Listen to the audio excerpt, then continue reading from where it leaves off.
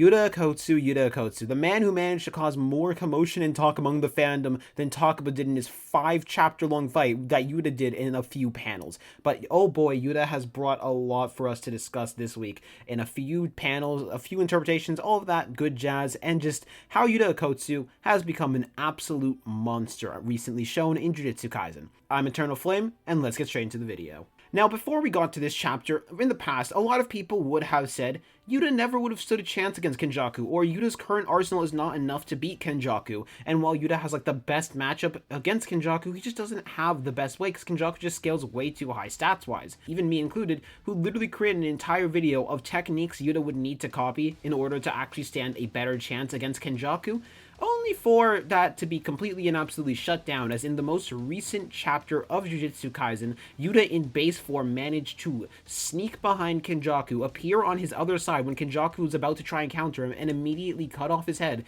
and doing all of this in base, which has brought up a lot of talk that needs to be done in the Jujutsu Kaisen community and how to scale this man. Has he always been this strong? Have we underestimated him? Did the 1 month time skip make him that much stronger? There's just so much I want to talk about with this one video, because these panels have just caused so many issues, and I feel we're going to need next chapter especially to clarify how Yuta did this, whether it's like pure stats or a like technique type thing, but we'll have to wait and see. Now, the first thing I do need to go over is this simple fact. This was not a sneak attack or off-guard feat that Yuta had performed on Kenjaku. If it was just Yuta appearing behind Kenjaku and immediately slicing his head off, and that was all we got, then yeah, I would count this as a sneaking and off-guard feat. The issue is, we see Kenjaku directly react to it, try and activate anti-gravity reversal, however Yuta appears on his other side and cuts off his head. So no, this is definitely not an off-guard feat because of the fact Kenjaku is aware of this and tries to do it, but Yuta just straight up blitzes him. So yeah.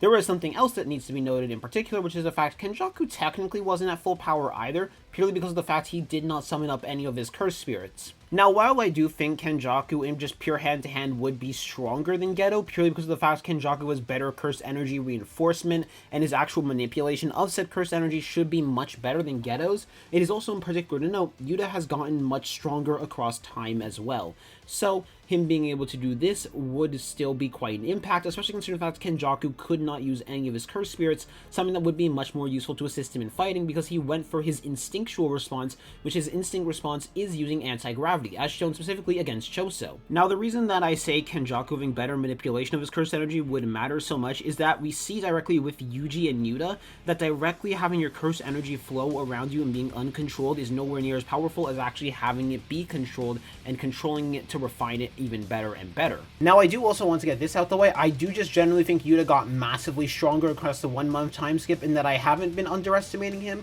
Across the entire narrative and story, it's just repeatedly been implied over and over again before the 1 month time skip that Yuta would not be enough to beat Kenjaku on his own by the several points in the narrative, and especially Maki's own statement of Maki saying since Yuki and Yuta are on the same level, and Yuki, Choso, and Tengen together couldn't beat Kenjaku, then there's not likely a chance that they can beat him through conventional means. With Kusakabe even supporting this by calling Kenjaku a monster in his own right. And I know what you guys might be thinking, okay, I'm someone who doesn't use Maki's statement for the entire Maki disagreeing with Yuta's statement about Yuta being stronger than him. Why am I using Maki's statement now? And that is because I think Maki actually does have viable enough information to know and verify that Yuki and Yuta are on the same level, because Tengen directly puts them on the same level, and I think Maki's making her assumption based on that. However, I do also want to note this. I think this is a massive mixture of us overestimating the ever-living hell out of Kenjaku because of Kenjaku's performance against Yuki, but that I think mainly came from the fact that Kenjaku had a completely hidden curse technique and the surprise of a barrierless domain, as well as us maybe underestimating Yuta a bit. However, Yuta post-time skip, as I've been trying to say with a bunch of my other videos, that Yuta post-time skip is much more powerful than Yuta pre-time skip was. And it's actually kind of nuts how much more powerful Yuta actually is post-time skip. Now, I think a good chunk of people dismissed the possibility of it being a time skip that led to Yuta being this powerful because it was mainly just 19 more days, so why would that make Yuta much more powerful if Yuta beforehand likely couldn't take Kenjaku on alone? That means we must have been underestimating Yuta, right?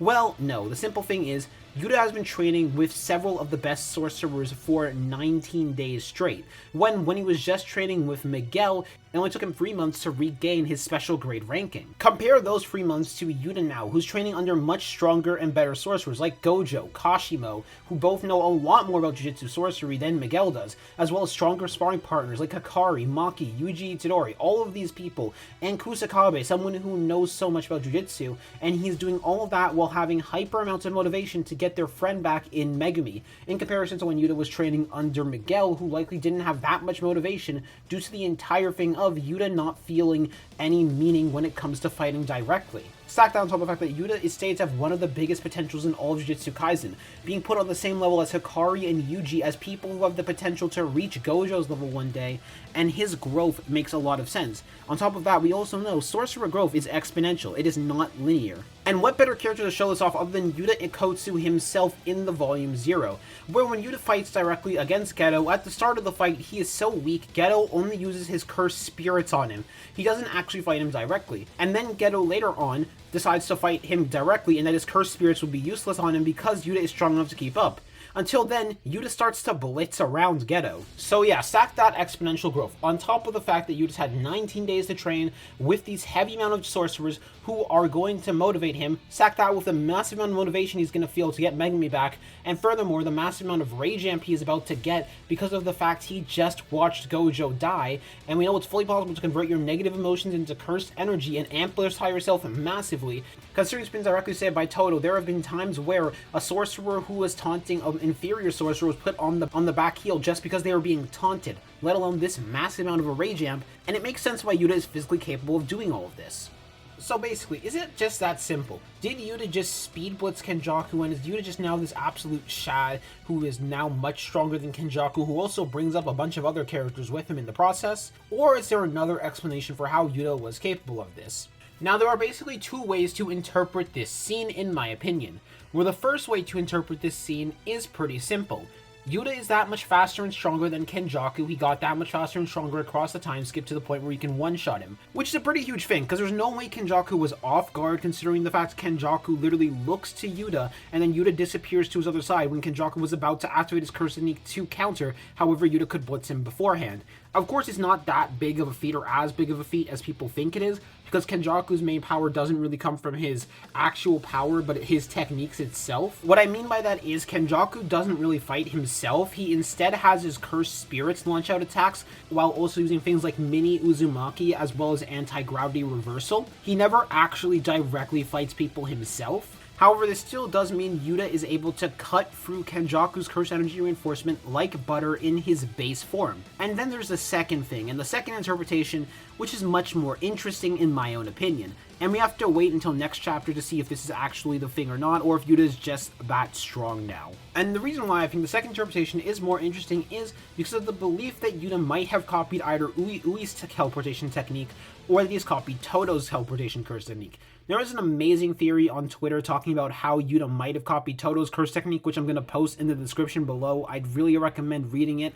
It's also going to be in the recommended, so just read it. It's really great. I can't do that theory justice in this video. However, for that to be the case, it implies one thing, which is kind of nuts, which is the fact that Yuta can now use copied curse techniques in his base form. Because of the simple fact, Rika was not out. Yuta did not have the ring on, and he did this in base form, as I've been mentioning repeatedly throughout the video, which means across the 19-day time skip, Yuta has figured out some way, shape, or form to use copied curse techniques in his base form, which is absolutely even more nuts than Yuta just being strong enough to actually do this in his base form, in my opinion.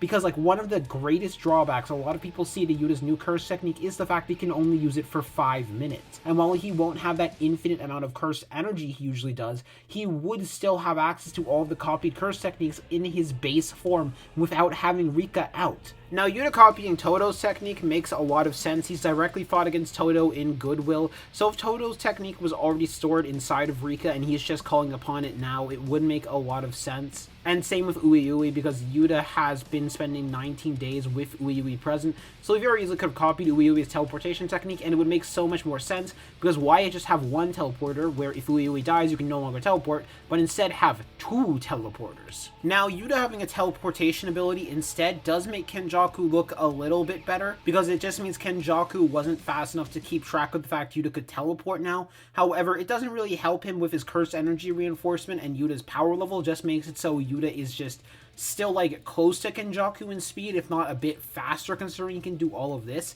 instead of just Yuta being able to perception blitz Kenjaku. Now, how does this look for Kenjaku's general placement in the verse? Well, not good. Either way, Kenjaku is going to be lower a few spots, because if anyone is shown keeping up relative with Yuta in terms of striking power, that means they should be strong enough to cut through Kenjaku's reinforcement like butter, especially if it's actually just Yuta's speed. So if anyone keeps up relative with Yuta's speed, that means they're able to perception blitz Kenjaku. And yeah, that's not looking good for him, because like, you can have the barrierless domain, millions of curses, all you want, it won't matter if you can never activate them. However, I do want to give Kenjaku some praise. While this does make Kenjaku himself into a glass cannon, basically, it doesn't exactly make Kenjaku weaker as well, because Kenjaku's abilities never got overpowered. Kenjaku still has the barrierless domain that's taking out a good chunk of the verse if Kenjaku can activate it. He still has anti-gravity, which is still incredibly powerful, and he still has all of his cursed spirits that he has in his arsenal. He still also has Mini Uzumaki, which was able to pierce a hole through Yuki. So yeah, sure, Yuta is now much faster than him, and anyone who scales to Yuta is able to blitz Kenjaku now. But Kenjaku still has his abilities that are worth being praised. It's just the simple fact of having those abilities won't really matter too much when characters are able to blitz you, because if anyone scales relative to Yuta, they're going to be able to blitz you. Now, of course, there's another chance that Kenjaku might actually do something in the next chapter, and he might not be dead, even though I'm a believer that he is dead. But if Kenjaku ends up doing something, even just as a head, and it's really just going to be played off as an off-guard feat, then this entire video aged really poorly, but that's really for the future to tell. We can't really tell that right now. However, based on what we can tell, it looks like Yuta speed blitzed Kenjaku in his base form and cut through his cursed energy reinforcement like butter. Now, what does this do for the general verse? This also brings up Hakari and Urame's placements in the verse, in my opinion. I am a huge believer Hakari and Yuta are extremely close to each other in power, and whoever is stronger than each other doesn't matter. Like, they are made to be so close to each other in terms of power that it doesn't really matter other than who would win against who in a fight. But other than that, they're just extremely close in general, to the point where it doesn't look like there's a difference between the two of them. Especially with Gojo literally telling Hakari and Yuta that if Gojo ended up weaker than Hakari or Yuta, they'd be allowed to hop into the fight. Very much implying that Gojo thinks that Yuta and Hakari are extremely relative in power after 19 days of training, where he'd be able to see everything they could do. So it doesn't really matter, in my opinion, who is stronger between the two of them, but they are close enough in power to the point where this amps up Hakari quite a bit in the placements of the list, right with Yuta. The reason why this also amps up Urame is because of the fact Urame is able to fight against Hakari and has some of their own impressive feats, which is for another day, because Urame is so extremely underrated, but at the same time so weird to scale. However, just know Urame probably got stronger over the 1 month time skip as well, considering the fact Urame was fighting against Sukuna more than likely, because Sukuna does not have weak people underneath him, in my opinion. However, Urame is not as concrete, and I don't want to turn this entire video into a Urame defense video, but just know Urame just scales relative to Hakari in base form right now. Hakari was fighting them in the domain, which a domain amps up base stats by 120%, so Hakari and Urame were fighting there, and I think Hakari and Yuta are relative enough to the point this could also be given to Urame. Now, there are other reasons, too, that we might have been overhyping Kenjaku a bit, considering Gege himself literally says once in the past that if Mahito and Jogo fought Kenjaku together, it would be a tough fight for Kenjaku, all of that good jazz. However, the scaling itself doesn't really imply that, so we probably were just all overrating Kenjaku for a bit. But yeah, it's extremely interesting, and I'm really curious to see what's going to happen next week, and see whether this video ages like fine wine or ages like milk. However, I want to know what your opinions are in the comment section down below on this entire thing, on this entire Yuta taking out Kenjaku, whether you think he's dead, whether you think this is actually a feat or just a sneak attack. I want to see what you guys think in the comment section down below. I'm going to see y'all later. Peace out. Have a good day.